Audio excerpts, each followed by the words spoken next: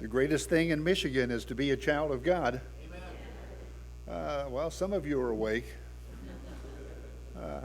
The others, you said amen to yourself, right? It's so good to have you out this morning and to be able to worship God together and to be together. And as you know, most of us are excited about the news that Carrie and Lenora have a grandson. And I remember watching my own brothers when they had their first grandsons. They couldn't stop grinning. And so I look forward to them coming back home and showing us pictures and telling us about the day. This morning I want us to look at a great lesson that's older than the New Testament. But before I get there, let me remind you of a passage that we find in James that we're all familiar with. When James tells us, that he says, now listen, you who say today or tomorrow you're going to go to this or that city and spend a year there and carry on business and make money. Why, you don't even know what will happen tomorrow. What is your life? You're a mist that appears for a little while and then vanishes. In James chapter 4 and verse 14. In the hilly country of southern Indiana where I grew up, fog was almost a ritual. And what I mean by that, it would roll in from the hills and settle down into the valleys, and sometimes it would be so thick that when you got up and you tried to drive somewhere, you couldn't see but just a few feet in front of you, so you had to be super cautious until the sun would come up. And of course the sun would burn that fog away, and the next thing you know, it would vanish. James tells us that our life is like that. And I don't think we stop and think about it very often, how quickly our life goes, unless you have an opportunity to maybe go through an old picture album, or you're talking to some old friends and they remind you back in high school and you start thinking, wow, that was a long time ago. Or they'll remind you of the years that you were in college and you say, wow, those went by so fast. And then you started your career, and the next thing you know, you're in middle age, and then upper middle age, and upper middle age.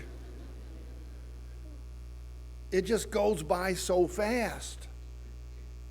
And James is telling us that it's so short that we need to concentrate on things that are important. We need to stop and think what's important, what's not important. Let me ask this morning, what concerns you when you wake up in the morning?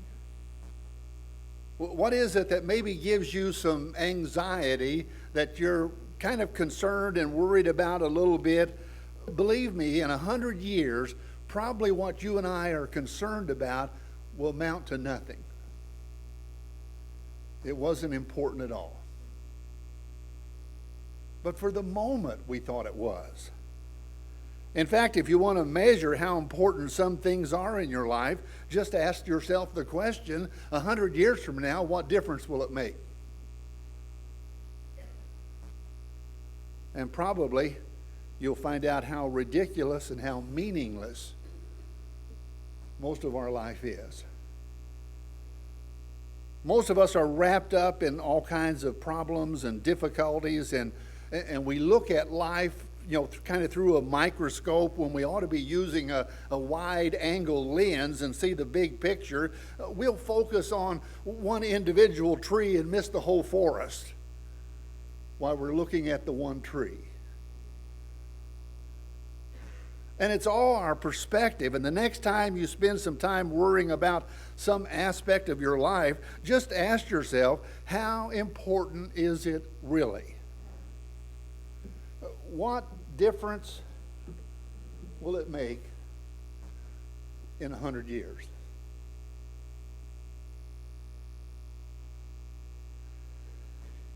Wow. How do you distinguish what's meaningful and what's not? How can I understand just, what is it about my life or your life that we should be concerned about, and what's not really a big deal? Let me real quickly tell you that the house we live in is not a big deal. The cars we drive are not a big deal. The clothes that we wear are not a big deal.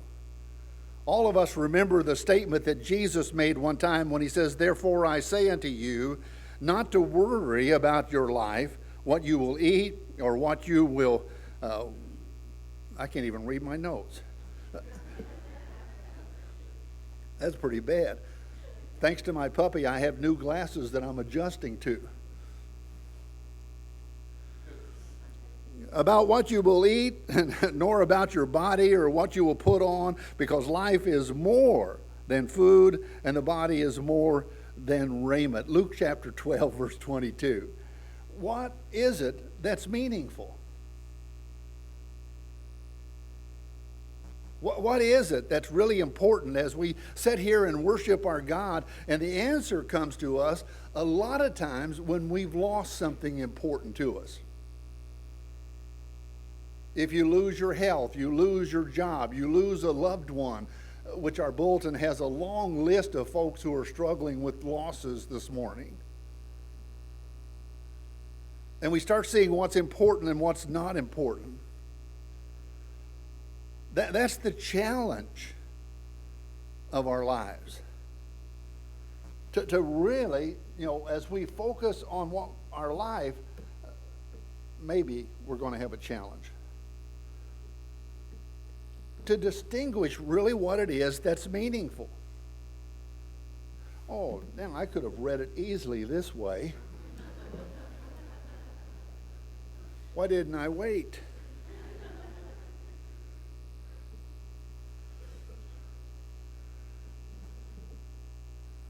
I read one time when Maureen Reagan, the daughter of the former President Ronald Reagan, she had received a letter from her dad that he advised her that life was something to look forward to with anticipation and to look back on with fond memories. And even though the thoughts in that letter were valuable, she was asked to sell that letter, and which she did, and she got $40,000 for that note she got from her dad. And the interesting thing of it is that it was not what the letter said, but it was who said it that gave it that kind of value.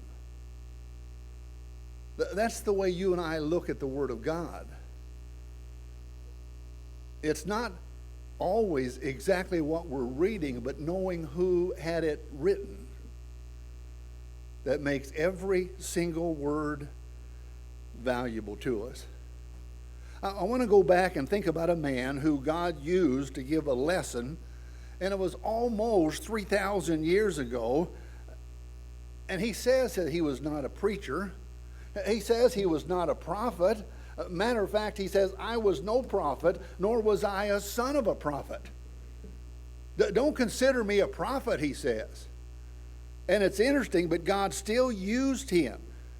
He's basically saying here, don't you put me with the Elijah and Elisha and Isaiah and so many of the other Old Testament prophets right here. I mean, they were flanked by young men who sought to emulate the messages that they were giving. Amos is saying, I'm just a regular guy. Matter of fact, he was probably kind of a loner. And he did everything that he could to make it really plain that when he was sharing the lesson that God gave him, that I'm not a preacher preaching at you. I'm not a prophet prophesying right here. And yet, his message was the very first one that was gathered up in a separate volume and placed on a scroll for God's people to read over and over and over and over. You say, well, Tom, I haven't read Amos lately. Yeah, that's because he was a lot like Jesus when he was here on this earth. He wasn't recognized as being someone special with some sort of professional training for the ministry that they were doing. He's an ordinary guy. Matter of fact, the scripture says, he says, I'm a sheep breeder and a tender of sycamore fruit. Now tell me how important you think that is among a world full of shepherds with sheep. He's an ordinary man, but who was courageous enough to share what the other prophets were being silent about. He was sharing a lesson for us that where God, always has a spokesman when he has something to say to the people. And Amos is that. It's always amazing to me that when God's message is going to get through to other people, there's always a man or a woman that he selects that's going to share that message with other people. And that's even true today. He still uses ordinary men and women to share his message with other people. The Pharisees one time were kind of chewing Jesus out. And they were telling him that he needed to get control of his disciples and quiet them down and straighten them up. And Jesus made this reply: if they were to be silent, the stones along this road will start praising me. God's message always has a man or woman through whom he's going to transport that message to other people. That's you and I today. But imagine with me for a moment that we were able to count up all the manuscripts, all the letters, all the books that have been written since the beginning of history.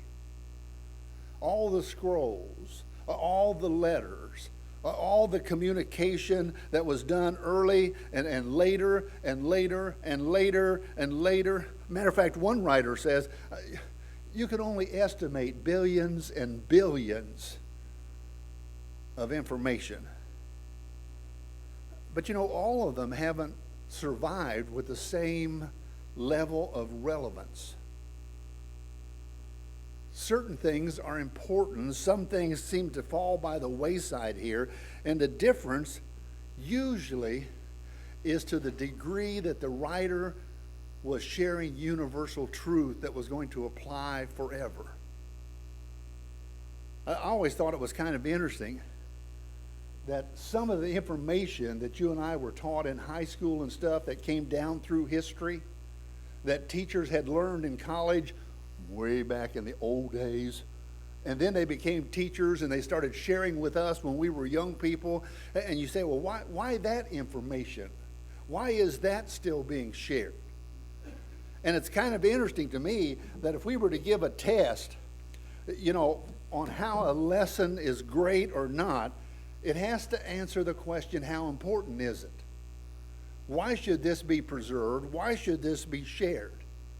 Let me illustrate it this way. How many of you are Shakespeare fans? I saw two hands, I think. There's a third one. Okay.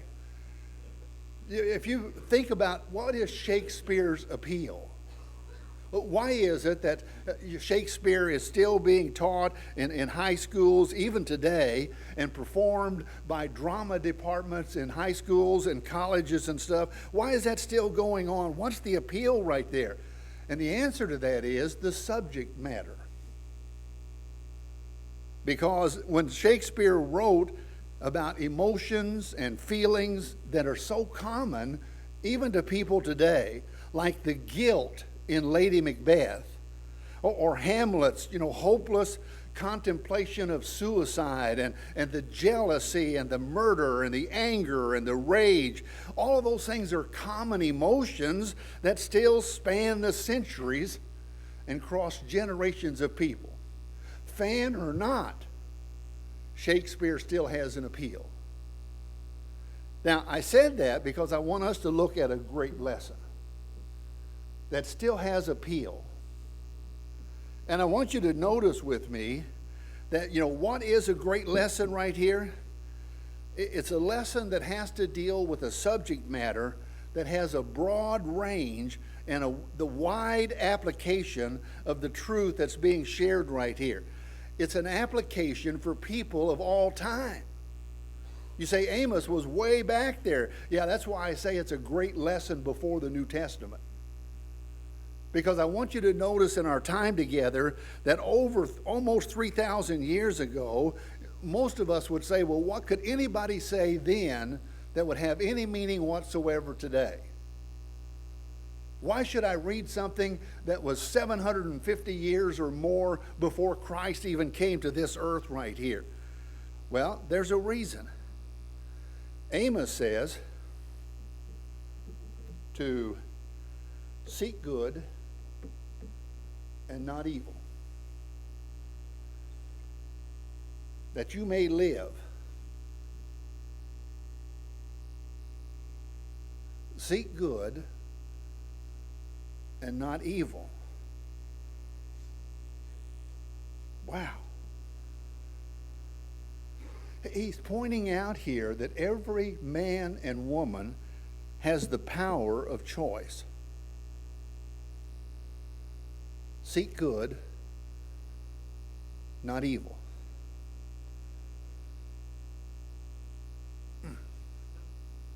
Now, James says that our life is a vapor that vanishes, and yet the question is, what are we going to do with the short time that we have? And the choice is in each and every person's own hands. You get to choose. You get to choose the words you're going to say, the deeds you're going to do, the life you're going to live. It's up to you to choose, and it will always remain your responsibility. It's amazing to me that, our lives, Amos is saying, is not, manufactured by the culture we live in. We choose between good and evil. We always have made that choice. When we were young, when we were middle-aged, when we were upper middle-aged, when we were upper middle age, you still make those choices. They're your choices. Choose evil or choose good. It's kind of interesting that the choices that we make become our actions. The actions that we do become our habits, and our habits become our character. It's who we are. I really think there's a question that comes out of this passage, and that is that what choices have I made recently to seek God more? To follow His will. It's also, this power of choice. We live with it every day. Every day. And there's no exception. But he goes on in this great lesson and he says, I hate, God speaking, I despise feast days, and I do not savor your sacred assemblies. I will not accept them. Take them away from me, the noise of your songs. Wow. Oh, my land. Now we've gone past just our worship and our actions, but we're getting to the motives. Now it's a question of us asking, are we doing right things for right reasons? Because that's so important.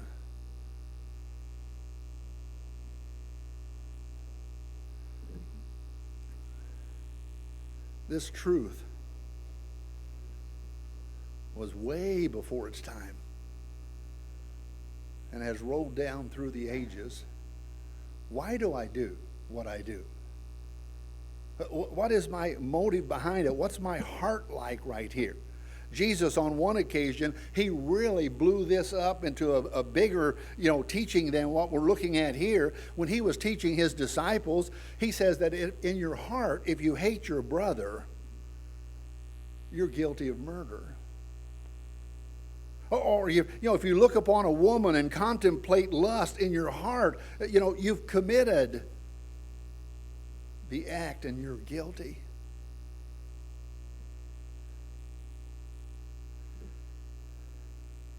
The worship that we give to our God, if it doesn't lead to an attitude of protecting those who are weak and struggling, those who are poor, so that justice really does occur right here, or if it doesn't lead to having a relationship with other people that's righteous, Amos says God hates it. So I ask myself the question, what are the consequences of my worship when I gather with godly people? Where does it go? What does it lead to?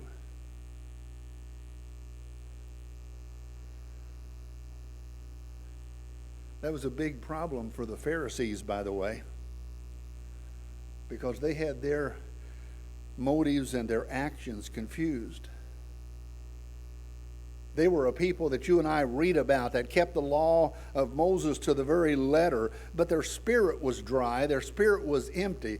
They really desired to follow the teachings of Moses with real stringent vigor right here, only so they could lord it over other people. They did right things for wrong reasons. And Jesus gave the example of a Pharisee who was praying out on the corner so that everybody would notice that he was praying. And he taught, no, the disciples were to pray in private and to commune with God. And the God who would see them pray in private, he would reward openly. Doing right things for the right reasons. But finally, Amos said, but let justice run down like water, and righteousness like a mighty stream. Wow. His lesson promises righteousness as his own reward. That we don't obey God because we have to, but we do it because it's best for us. It's the right thing to do. It's our response in life that he gives to us, and it's the best life, and it has its own rewards.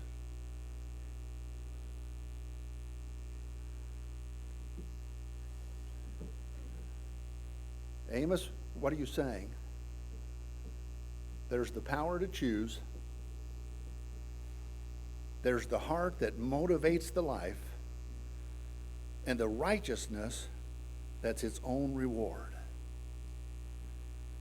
Ancient truths being taught that speak to today as fresh as news on TV this morning.